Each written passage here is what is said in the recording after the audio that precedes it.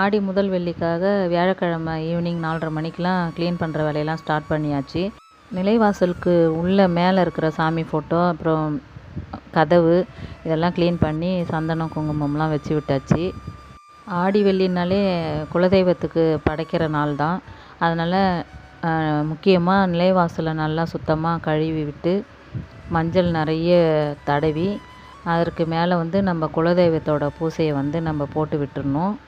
அப்புறம் 2 பக்கமும் வாசப்படியில் மஞ்சள் தான் பூசி கோலம் போட்டு விட்டுருந்தேன். எங்கள் வீட்டில் குட்டி பாப்பா இருக்கிறதுனால கோலம் போடுறதுக்கு எனக்கு யோசித்தேன். ஏன்னா விளையாடும் போது அவள் வழுக்கி விழுந்துருவா, அப்படி இல்லைன்னா அவளுக்கு டிஸ்டர்பாக இருக்கும். அதனால் நான் வெள்ளிக்கிழமை அன்னைக்கு காலையில் போட்டுக்கலாம் அப்படின்னு சொல்லிட்டு விட்டுட்டேன். வாசலுக்கும் துளசி மாடத்துக்கும் ஃப்ரைடே தான் போட்டேன். மதியம் 1 மணிக்கெலாம் நெய்வேத்தியம் வச்சு சாமி கும்பிட்டாச்சு. தேங்க்யூ.